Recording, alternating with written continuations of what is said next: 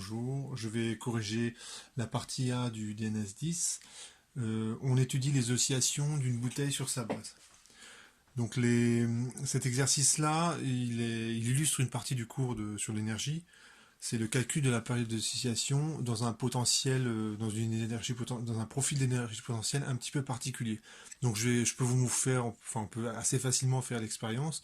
Donc j'ai pris, donc c'est pas une bouteille, mais c'est tout comme, c'est-à-dire qu'il y a un fond qui est plat. Et lorsque l'on fait osciller ce truc-là, alors je vais enlever la feuille pour être sur la table. Voilà, donc ce que vous constatez, c'est que lorsque l'amplitude des oscillations diminue, donc ça aussi moins, une oscillation moins ample, la période diminue.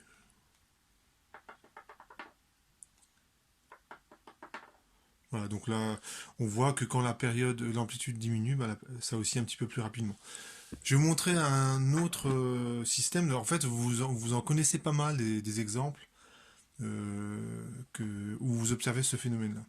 Donc là, je vais vous montrer, bon, très- c'est les tasses dans lesquelles voilà, je bois mon café. Écoutez le son.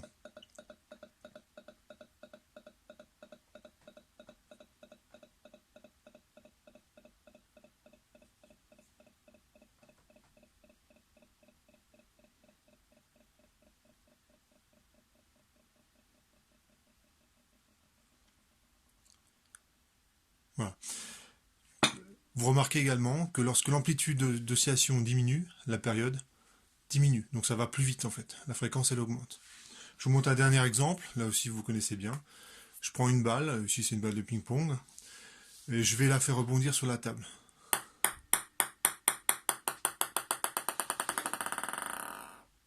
Je recommence. Voilà. Vous avez un bruit qui est très caractéristique. Lorsque vous jouez au ping-pong et que la balle se retrouve par terre, vous avez ce son caractéristique. Le temps que la balle rebondit avec une grande amplitude, donc elle va assez haut, c'est assez lent, et puis le rythme il s'accélère, et ça correspond à la balle qui oscille de plus en plus rapidement, avec une période de plus en plus faible. Donc pour modéliser ça, on ne peut pas utiliser le masse ressort, ça marche pas. C'est de manière évidente. Si on pouvait modéliser cette oscillation par un masse ressort, donc là je fais référence à la partie du cours les petites oscillations autour d'une position d'équilibre stable. Eh bien, dans ce cas-là, on ne devrait pas avoir diminution de la période avec l'amplitude des oscillations. Ça devrait être indépendant.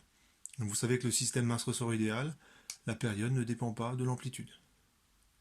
Donc là, clairement, ça marche pas. La particularité de tous ces systèmes-là, c'est que l'énergie potentielle, en fonction d'un paramètre, donc ça dépend de la manip qu'on vous montre. Si je vous montre cette manip-là, le paramètre, ça va être l'angle θ que fait la bouteille ou ici le tube par rapport à la verticale. Dans le cas de la tasse qui se met à osciller, on pourrait aussi définir un angle θ, l'inclinaison de la tasse. Dans le cas de la balle de ping-pong, la variable, ce serait la hauteur de la balle de ping-pong. Et à chaque fois, on va avoir un potentiel qui présente un point anguleux. Un point anguleux, c'est un point comme ça, où la dérivée est discontinue. Si vous passiez votre doigt sur cette courbe-là, c'est infiniment pointu, vous feriez mal en fait, à ce point-là. Et quand on est dans ce cas-là, on peut montrer que la période des oscillations dans cette... alors c'est pas une cuvette de potentiel, c'est dans ce creux, la période diminue lorsque l'amplitude diminue. Donc vous imaginez, je prends une énergie mécanique comme ceci.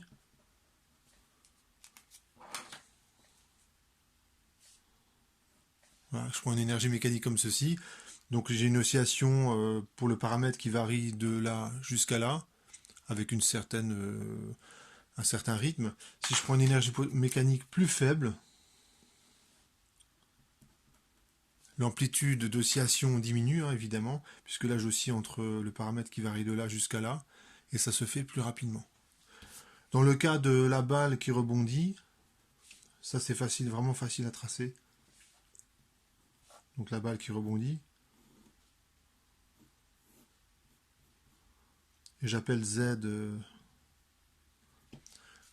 l'altitude de la balle par rapport à la table. Eh bien, le potentiel, il a cette tête-là. Un mur de potentiel qui correspond à la balle qui touche la table.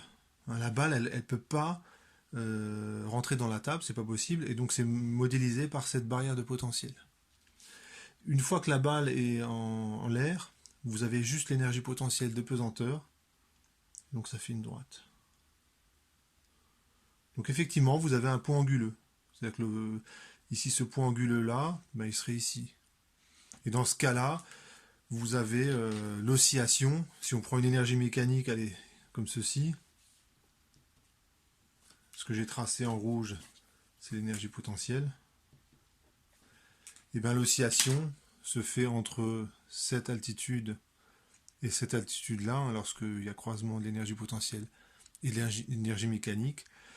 Et donc là, si on a un certain rythme d'oscillation, et ben si je prends une énergie mécanique plus faible,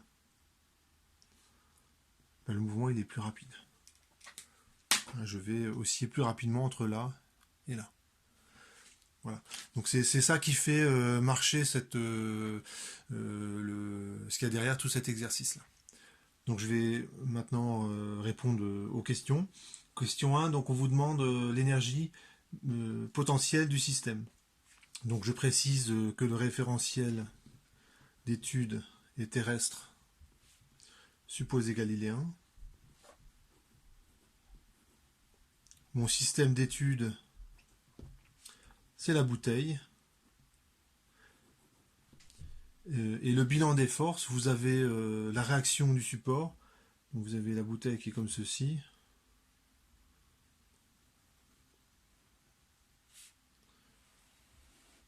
Donc la réaction du support qui est, je sais pas, allez, je la mets comme ça parce que voilà, comme ça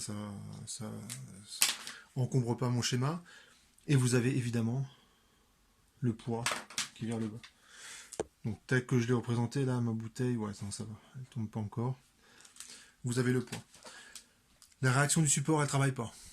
La bouteille, elle glisse pas à ce niveau-là, il n'y a pas de frottement, donc je perds pas d'énergie par frottement en ce point-là. Il n'y a que l'énergie potentielle de pesanteur.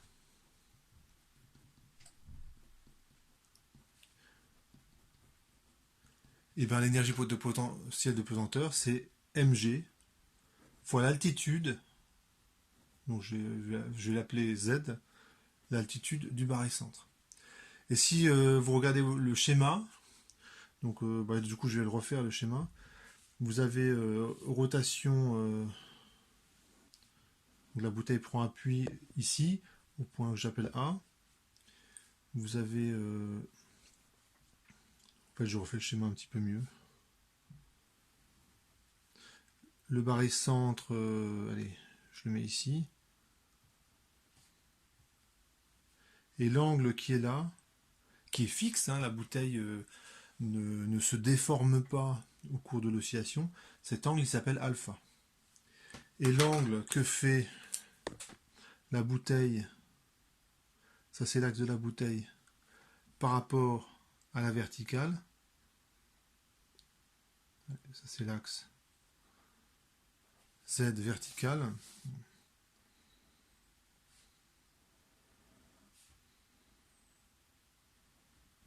Voilà.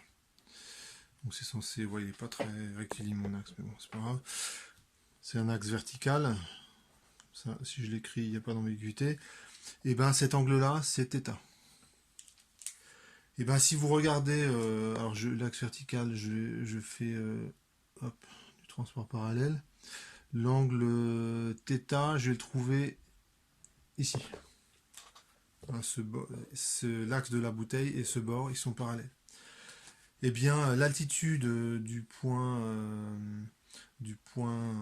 barycentre G de la bouteille, c'est simplement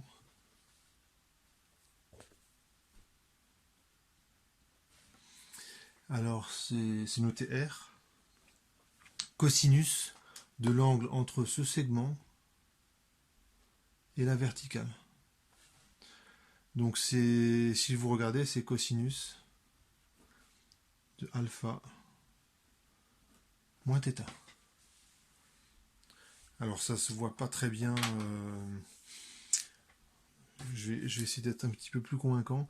Je refais un trait parallèle, vertical, comme ceci. On va mieux le voir. Ici, et l'angle θ, vous l'avez également ici. Donc l'angle qui est là, cet angle-là,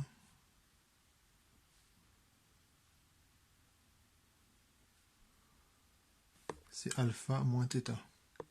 Hein, effectivement, entre là et là, j'ai alpha. Entre là et là, j'ai θ. Donc ici, j'ai alpha moins θ. Et cet angle-là, je le retrouve ici. Cette longueur-là, elle vaut grand R. Donc c'est grand R, cosinus alpha moins θ. Donc l'énergie potentielle de pesanteur, c'est indiqué, de toute façon le résultat a été indiqué dans l'énoncé. Hein. Donc on finit toujours par trouver ce genre de résultat. C'est alpha moins θ.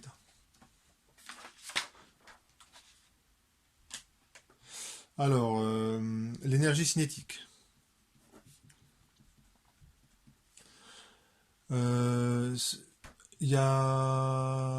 On considère, donc ça c'est une approximation, que l'énergie cinétique, enfin on considère que la bouteille, je mets toute sa masse au barycentre. Donc bon, là c'est discutable comme hypothèse, et donc dans ce cas c'est 1/2 de m r θ point carré. Si vous regardez le barycentre, il a un mouvement circulaire. C'est un bête mouvement circulaire, donc sa vitesse elle est uniquement orthoradiale, perpendiculaire à E de R, orthoradiale, et elle vaut Rθ point. Donc l'énergie cinétique, c'est ça. Alors si on voulait le faire un petit peu plus proprement, donc ça je mets entre parenthèses, j'aurais dû vous donner la valeur du moment d'inertie de la bouteille par rapport à un axe qui passe par ce point-là. Donc c'est un axe qui serait perpendiculaire à la feuille, que j'appelle J. Donc c'est JA par exemple, θ point carré. Voilà. Ça, ce serait l'expression correcte qu'il faudrait écrire pour l'énergie cinétique. Et bien sûr, vous pourriez me demander l'expression de J de A.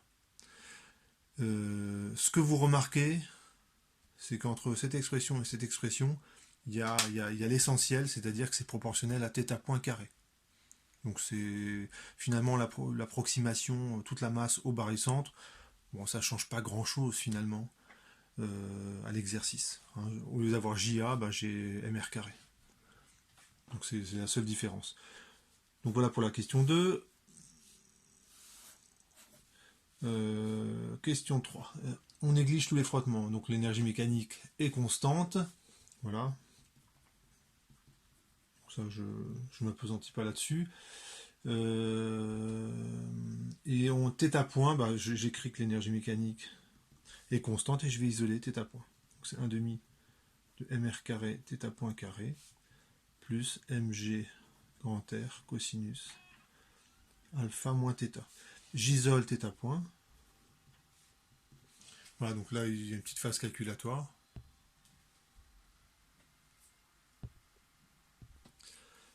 Voilà, donc θ point, ça donne ceci. Il y a plus ou moins qui apparaît lorsque je prends la racine.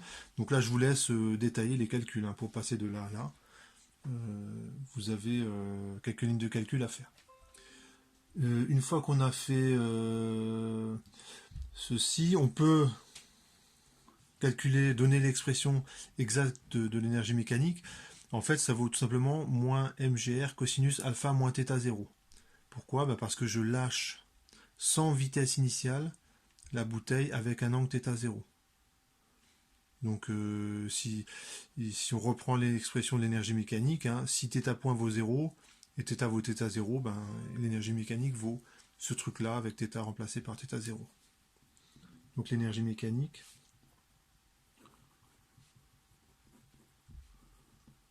Voilà, ça vaut ceci.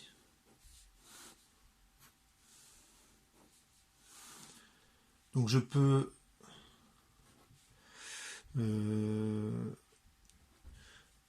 faire apparaître le temps et avoir une expression de D2T, hein, la petite variation de durée lorsque θ varie de dθ. Donc là encore une fois, il y a des petits calculs à faire qui ne sont pas très, très compliqués. Donc je vais écrire directement le résultat. Voilà, donc j'ai fait les calculs. Il y a des simplifications qui se font. Il y en a une que j'ai pas notée, c'est le R qui simplifie avec un des R qui est au dénominateur. Ce qui fait que j'ai ce terme-là qui apparaît. J'écris que θ point c'est de θ sur d2t, j'isole d2t, donc là il y a un petit manque de rigueur, hein, vous avez l'habitude. Et donc ça répond à la question. Dans l'énoncé, il y a écrit cosinus de θ0 moins alpha. Bon, comme la fonction cosinus est paire, je peux changer le signe à l'intérieur du cosinus, ça ne change rien. Donc j'ai répondu à la question 5. Question 6, lorsque θ varie de 0 à θ0, j'ai un quart de période. Effectivement, si je prends la position initiale de la bouteille, là c'est θ égale 0. Ensuite la bouteille arrive dans cette position-là pour θ égale θ0. θ égale θ0. Lorsque là j'ai une partie de l'oscillation, la bouteille elle revient de l'autre côté.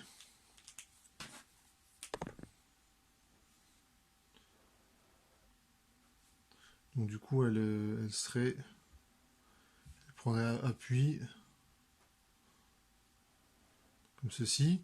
Et là θ il vaut moins θ0. Donc on voit qu'on change d'appui hein, pour la bouteille, mais ça ne change pas grand chose au calcul. Ça revient juste à remplacer. Enfin, ça donne la même expression en fait. Ça revient à changer les signes dans le cosinus. Et là, je n'ai pas encore fini. Il faut que je revienne à la position initiale.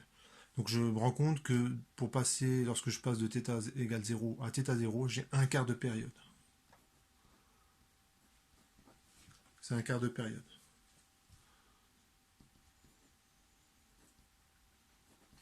Un quart de période. Voilà, donc je vais reprendre cette égalité et j'ai placé le signe somme de l'intégrale. Et ici je mets 0. Là je mets θ0. Ici je mets 0 et là je mets la période sur 4. Donc quand je fais ce calcul là, ça me donne grand T sur 4 égale. Et ici je vais garder que le plus. Alors, lorsque θ varie de 0 à θ0, θ augmente, donc je garde le plus. Si j'avais considéré le mouvement de θ0 à 0, il aurait fallu garder le moins, puisque là θ aurait diminué.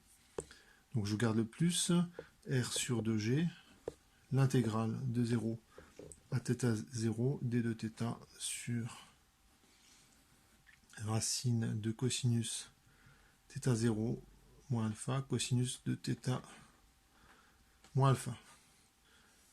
On peut réécrire un petit peu le facteur 4, on peut le mettre là, bon, je le ferai tout à l'heure. Donc j'ai mon expression de la période, et ce que je vais faire maintenant, c'est considérer le cas des petites oscillations et montrer que la période, elle diminue bien lorsque l'amplitude θ0 diminue. Donc on va utiliser l'approximation qui est donnée, donc il y a un développement limité de la fonction cosinus θ moins alpha. Donc ça c'est donné par l'énoncé. On vous dit cosinus θ moins alpha, c'est environ égal à cos alpha plus sinus alpha fois θ. lorsque θ est petit. Hein, donc c'est vraiment les petites oscillations. Donc je remplace 2R sur G, l'intégrale de 0 à θ0. Et je vais appliquer ce résultat. Ça donne cosinus de alpha plus sinus alpha θ0 moins cosinus de alpha plus sinus alpha θ. Et donc j'ai une simplification immédiate, le cosinus s'en va, et j'obtiens 2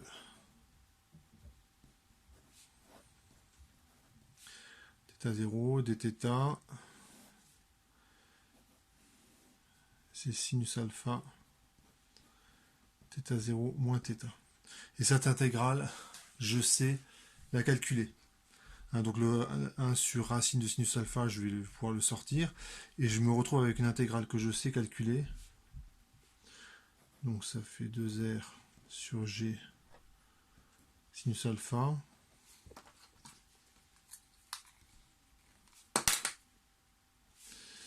Et racine de θ0 moins θ, donc ça fait racine de θ0 moins θ. Ici, il y a un moins 2 entre 0 et θ0. Donc je vérifie quand même que ça c'est bien une primitive de 1 sur racine de θ0 moins θ. Donc je dérive ce truc là. Ouais, non, ça devrait marcher. Et donc j'applique l'opérateur crochet.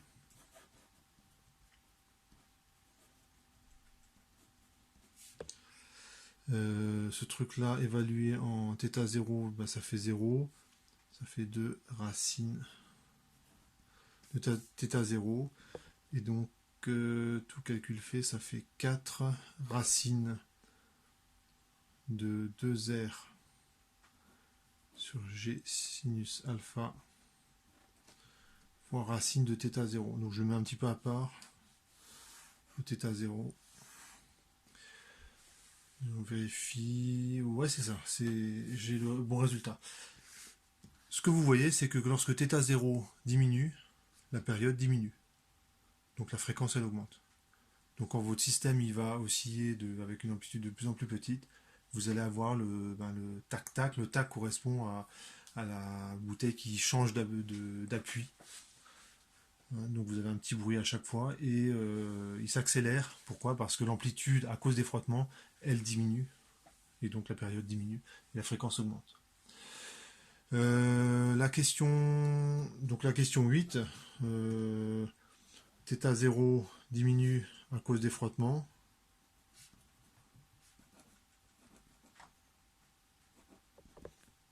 Donc la période diminue. Alors, le fait que j'introduise à nouveau les frottements, ça ne change pas grand-chose au raisonnement que j'ai fait juste avant. Alors, il faut imaginer, je mets un tout petit peu de frottement, et donc là, si l'amplitude diminue très très doucement, le calcul que j'ai vu dessus, il reste quand même valide. Question 9, on appuie sur le point B, ouais. Donc c'est l'énergie potentielle lorsque la bouteille est en appui de l'autre côté.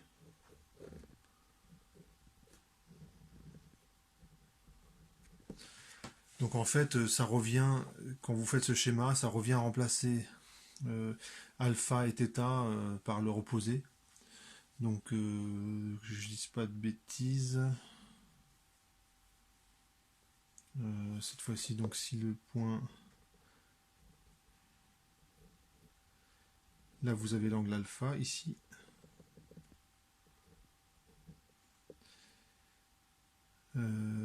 C'est bien ça, oui, c'est bien ça.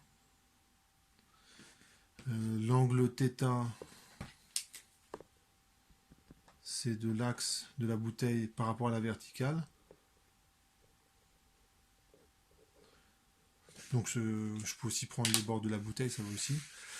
Et si je fais mon raisonnement, alors mon schéma en fait il n'est pas terrible, donc je vais exagérer un petit peu. Donc je vais faire un dessin qui correspond à la bouteille qui est en train de tomber, hein, tout simplement. Mais c'est pas grave. Hein, on peut obtenir un résultat juste avec un schéma qui est un petit peu bizarre. Et l'angle θ, il serait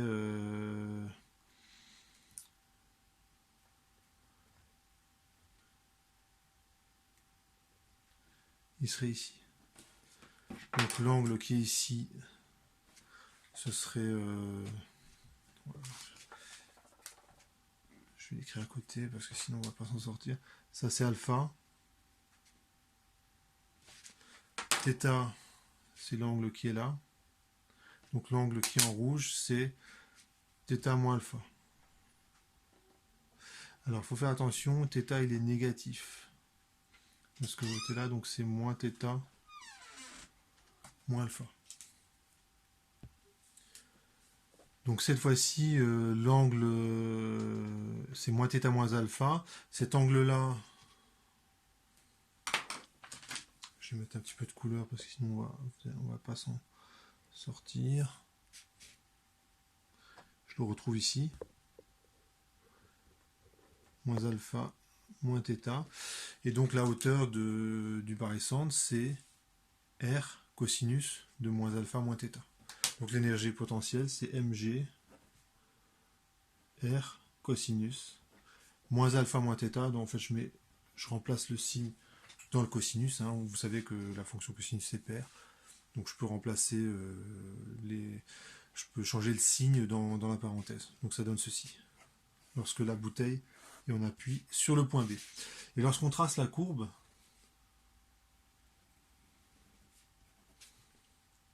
de l'énergie potentielle, lorsque θ est positif, je prends appui sur le point A, et la courbe, elle ressemble à ça. Je trace une fonction cosinus, et le maximum de la fonction, il est atteint lorsque θ vaut alpha. Et lorsque je trace cette courbe, c'est aussi une fonction sinusoïdale, mais cette fois-ci, le maximum, il est atteint lorsque θ vaut moins alpha. Donc c'est exactement la même courbe, symétrique. Ça fait un truc comme ça. Et là, on reconnaît le point anguleux, hein, qui fait que le tac-tac, il s'accélère. Et évidemment, lorsque lorsque θ dépasse l'angle alpha, la bouteille, elle tombe, évidemment. Donc en faisant ça, en fait, en faisant tout ça, je réponds à la question 9 et 10. Alors on vous demande de le tracer entre moins pi sur 2 et pi sur 2, donc c'est à peu près ce que j'ai tracé. Oui. Donc, lorsque θ 0 est plus grand que alpha ou plus petit que moins alpha, la bouteille elle tombe. Voilà, donc ça correspondrait, voilà. Si je fais ça, ben voilà, le système il tombe par terre. Voilà pour cette partie-là.